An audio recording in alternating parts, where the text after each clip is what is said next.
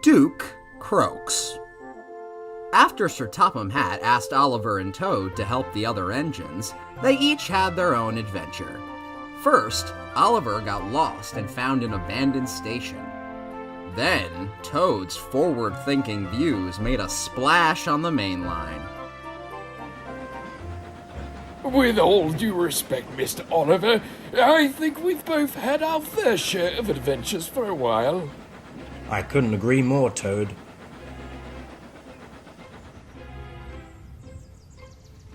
They had just arrived at the workstation when they heard a strange wheezing sound.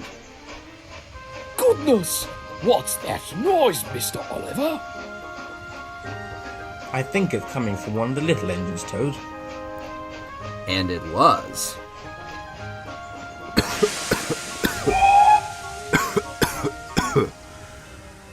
Excuse me, do you mind? Oh, sorry. I just couldn't help but hear you coughing. Are you feeling all right? Quite all right, thank you very much. Just a problem with my tubes. They'll sort themselves out. Oh, that's a relief. My name is Toad, by the way. I'm Mr. Oliver's brake fan. Hello there. A pleasure, Toad and Oliver. I must say, it's nice to see the big railway look out for the little one. After that, the pair continued to hit it off well. Toad would check in to see how old Duke was getting on, but Duke's cough seemed to get worse and worse. Then, one day, Duke never arrived. Where's Mr. Duke? I don't know, Toad. I suppose he's working somewhere else today.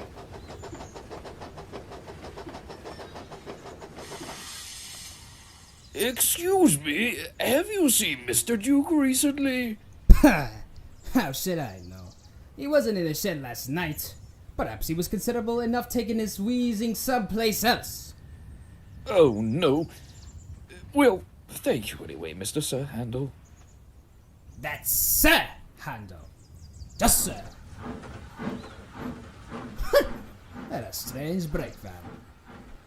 Mr. Oliver, I think something terrible has happened to Mr. Duke. Mr. Oliver, I'm afraid I must resign from my duties as your brake fan for the day.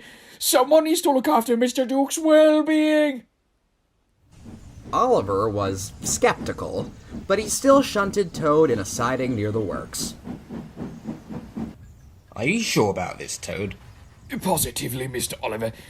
I'm sure you can find another brake fan to fill in for me.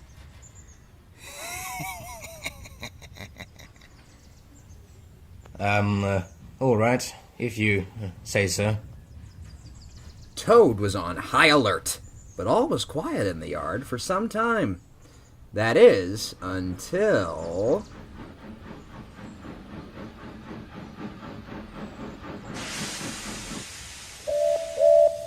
Hello, Toad. I'm about to take some trucks to the station in the valley. What brings you here? I need you to bring me with you. I think something terrible has happened to Mr. Duke, and I want to be on the lookout.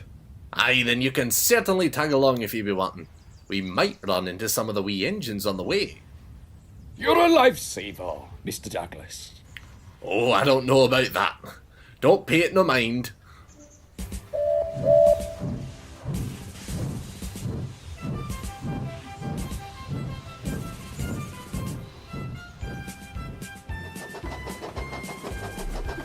And so, the search began. Douglas and Toad searched high and low for Duke. There were no little engines to be found, except for a diesel. Excuse me, Mr. Diesel. I'm sorry, but I don't really see myself as a mister. I preferred being called something like Little Diesel, if you don't mind. Or Rusty. Rusty works. Oh, my apologies, Rusty the Little Diesel. By any chance, have you seen Mr. Duke? I'm afraid I haven't seen him all day. It wouldn't hurt to check the Valley Station, though. Oh, thank you. We will.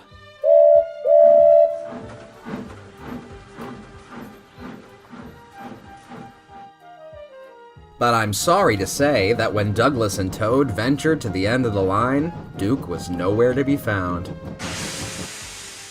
Oh no, he's not here either. Dinna fast yourself, Toad. Perhaps Duke is just having a wee bit of rest, or working in the quarry. Toad wasn't convinced. On their return journey, something caught Douglas's eye. Toad, I think I see another wee engine ahead. Hurrah! Well done, Mr. Douglas. Is it Mr. Duke? It could be. It certainly looks like the wee fellow, but he's different shade of brown. Stop! We have to stop! Oh, sakes, Toad! Wait! You're not Mr. Duke! Yes, I'm afraid not. I get that a lot, honestly. I suppose if I were a tank engine, it would be easier to tell us apart. Good day to you both.